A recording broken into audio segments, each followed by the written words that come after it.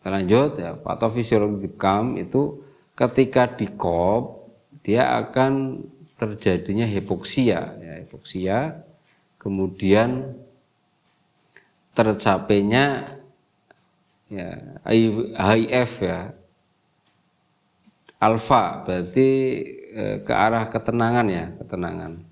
Kemudian IPO dan HB dan sel darah merah. Nah, ini jadi fungsi ketika dikop ini akan menghasilkan fungsi hipoksia. Kemudian sampainya ke alfa artinya dia jadi tenang, rileks ya, rileks.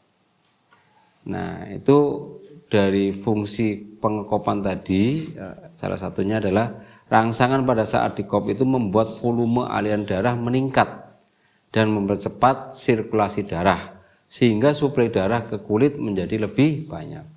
Ini fungsi daripada perangsangan ketika dikop. Suplai darah itu ke kulit menjadi lebih banyak. Efek yang ditimbulkan itu ketika dikop itu terjadi peningkatan kerja jantung.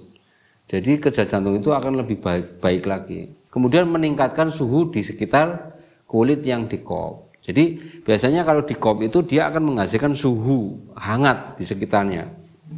Nah, meningkatkan suhu di sekitar kulit yang dikop. Kemudian menimbulkan rasa gatal akibat dilepaskannya histamin. Jadi histamin ini adalah zat kekebalan tubuh yang diproduksi ketika tubuh mengalami alergi atau infeksi. Gitu. Ini fungsinya dikop tadi, tujuannya tadi salah satunya ya, ini menimbulkan rasa gatal. Itu jangan khawatir. Jadi rasa gatal itu ada dua nanti, karena kulitnya tidak, karena alatnya tidak steril, ya, banyak kuman, dikop gatal.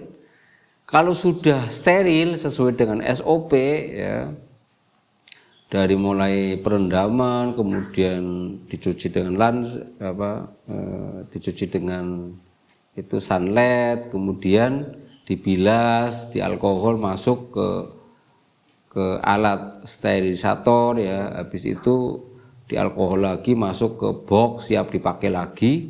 Nah itu kok masih gatal, berarti ini bukan apa? Bukan karena alatnya, tetapi efek daripada pengekopan itu akan menimbulkan rasa gatal. Jadi jangan khawatir ya, jangan khawatir. Maka ketika dikop kemudian rasa gatal itu ini karena akibat dilepaskannya histamin. Apa itu histamin? Histamin adalah zat kekebalan tubuh yang diproduksi ketika tubuh mengalami alergi atau infeksi. Kemudian rangsangan nyeri pada saat perlukaan akan menyebabkan terjadinya pengiriman sensor oleh motor neuron ke talamus, kemudian diteruskan oleh saraf simpatis agar terjadi pelepasan antara lain 1. Hormon kortisol, 2. hormon endorfin, ya. Ketiga adalah enkepalin, ya. Nah itu alhamdulillah ya bisa dilepaskan itu hormon kortisol, hormon endorfin dan enkepalin, ya, yang bisa mengeluarkan zat-zat yang negatif ya di darah, kemudian tercapainya relaksasi menjadi tenang sehingga dia tidur bisa nyenyak. Kemudian ya head shock protein ya, SP770 ya, itu ada nitric oxide, makrofag dan proliferasi. Jadi terkait dengan masalah zat-zat darah yang merugikan tubuh, dia akan lepas. Kemudian peningkatan keaktifan sel darah putih, ya, sehingga antibodi akan meningkat. Ini makrofag ya, biasanya makrofag itu arahnya ke antibodi dan dia akan meningkatkan energi dalam tubuh. Dalam hal ini berarti apa? Imunitas akan meningkat. Kemudian proliferasi. Nah, kemudian dalam pengekopan itu ya, pengekopan ya, itu juga akan mengeluarkan cairan interstisial yang mengandung CPS. CPS itu ya yang ke arah kortisol ya. Ya, jadi kolesterol, ya, asam urat dan trigliserid. Jadi kandungan CPS itu isinya adalah kolesterol, asam urat dan trigliserid. Itu yang efek buruk atau efek jelek di pembuluh ya, di kandungan darahnya itu juga dia akan dikeluarkan. Ini Masya Allah ya. Kemudian terkait dengan masalah darah yang keluar, ini ada perbedaan bekam dan donor darah. Ketika donor darah ini maka dia akan mengeluarkan di pembuluh vena ya. Di pembuluh vena, ya, kalau bekam itu di pembuluh kapiler yang isinya adalah pengendapan toksin di situ. Kemudian donor darah itu mengeluarkan HDL dan LDL. Jadi yang manfaat dan yang meracuni, yang tidak bermanfaat atau yang merusak itu pada donor darah itu dia akan keluar bersama-sama. Tetapi kalau khusus bekam hanya mengeluarkan LDL ya. Hanya mengeluarkan LDL. Efek negatifnya ya itu yang dikeluarkan. Kemudian kalau donor darah itu mengeluarkan sel darah putih. Karena yang diambil itu ya darah yang akan untuk membantu orang yang kekurangan darah ya. Tetapi kalau khusus bekam itu tidak mengeluarkan sel darah putih. Kalau donor darah itu mengeluarkan mineral dan zat dalam tubuh. Jadi mineralnya juga zat dalam tubuh yang positif juga ikut keluar ini dalam donor darah. Tapi kalau bekam khusus mengeluarkan zat besi yang berlebihan. Ini ciri-ciri khas zat besi berlebihan dalam tubuh itu biasanya ngantukan ya. Ngantukan. Makanya kalau kita makan misalnya lauknya itu sayur kangkung, itu zat besinya tinggi, itu biasanya ngantukan. Kemudian donor darah itu semua yang keluar darahnya ini sama seperti darah yang keluar saat terluka. Jadi ketika kita terluka kena pisau itu darahnya itu persis seperti darah yang dikeluarkan pada saat donor darah. Beda dengan bekam. Kalau bekam itu mengeluarkan cairan interstisial yang mengandung CPS. CPS itu tadi isinya adalah kolesterol, kemudian asam urat dan trigliserid. Jadi semua yang dikeluarkan adalah yang negatif di dalam darah. Kemudian perbedaan ginjal dan bekam. Kalau ginjal itu mengeluarkan zat sisa metabolisme yang larut dalam air, ya, hidropilik ya. Maka kalau bekam itu mengeluarkan zat metabolisme ya, yang larut dalam air dan lemak. Kalau yang ginjal itu khusus dia sisa metabolisme yang larut dalam air. Kalau bekam itu dua, yang larut dalam air juga larut dalam lemak ya. Itu hidropilik dan hidrofobik ya. Itu jadi bekam itu manfaatnya adalah fungsi ginjal plus, dia 2 kali lipat ya fungsi ya. Jadi sangat membantu agar fungsi ginjal itu dia akan lebih kuat ya, lebih kuat dibandingkan yang tidak bekam ya. Kemudian manfaat bekam itu salah satunya adalah merangsang pembentukan sel darah merah yang baru. Kalau ini manfaat bekam sesuai dengan penelitian dokter yang dia suka dengan tibu nabawi. Salah satunya dokter ini yang dia meneliti terkait dengan masalah bekam. Bukan berdasarkan hadis ya. Karena kalau berdasarkan hadis itu biasanya ada ini 3 ya. Itu mencerahkan pandangan, menghilangkan atau meringankan kekakuan ya, meringankan kekakuan, menajamkan mata, kemudian mengeluarkan sisa-sisa metabolisme, dalam hal ini adalah mengeluarkan toksit atau racun dalam tubuh.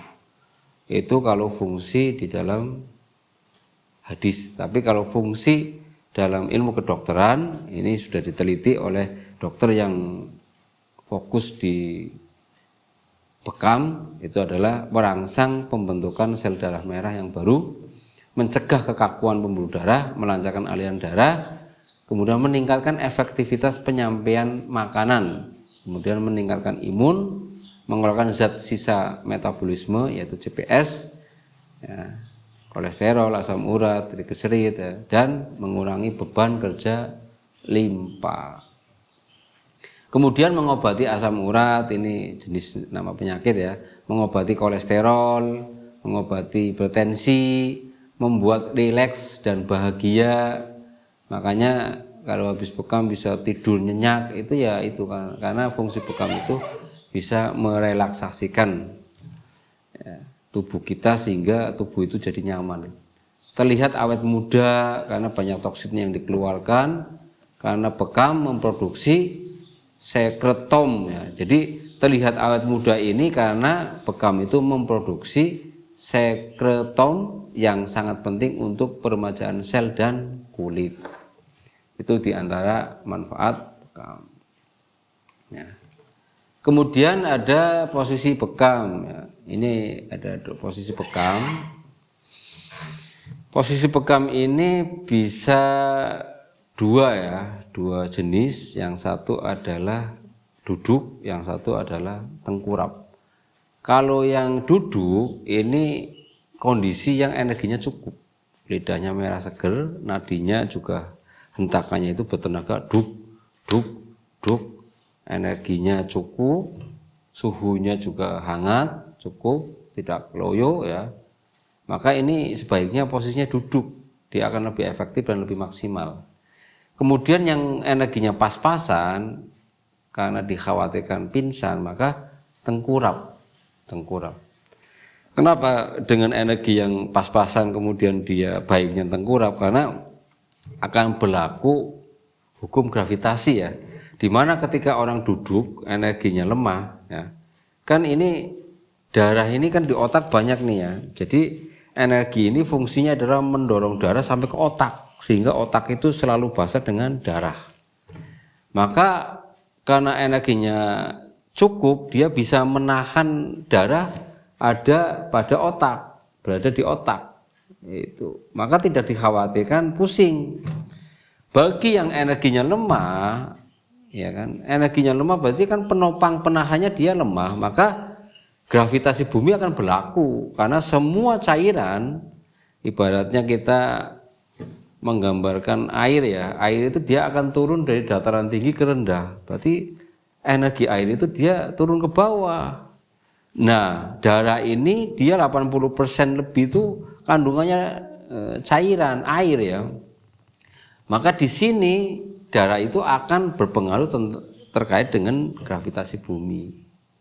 Ya kan? Ketika dia energinya kurang kuat, maka darah karena cairannya itu lebih dominan, tidak bisa ditahan oleh energi. Begitu tidak bisa ditahan, darah itu akan turun. Begitu turun, otak itu kurang darah, akhirnya apa? Pusing-pusing, akhirnya dia pingsan. Maka sebaiknya kalau kita mau membekam pada klien, dicek dulu energinya lebih berlebihan atau dia cukup kuat ya, standar, atau dia lemah. Kalau lemah baiknya itu sambil duduk, sambil tiduran tengkurap. Kalau dia lemah, ya. Kalau dia kuat atau berlebih, suhunya juga berlebih, energinya juga berlebih, nutrisinya juga berlebih, baiknya dia posisinya duduk. Gitu. Demikian insyaallah pertemuan hari ini terkait dengan anatomi jamah, ya kan, terkait dengan masalah lapisan kulit, kemudian tadi dibahas terkait dengan darah dan isinya, kemudian dilanjut dengan apa sih perbedaan donor darah dan bekam.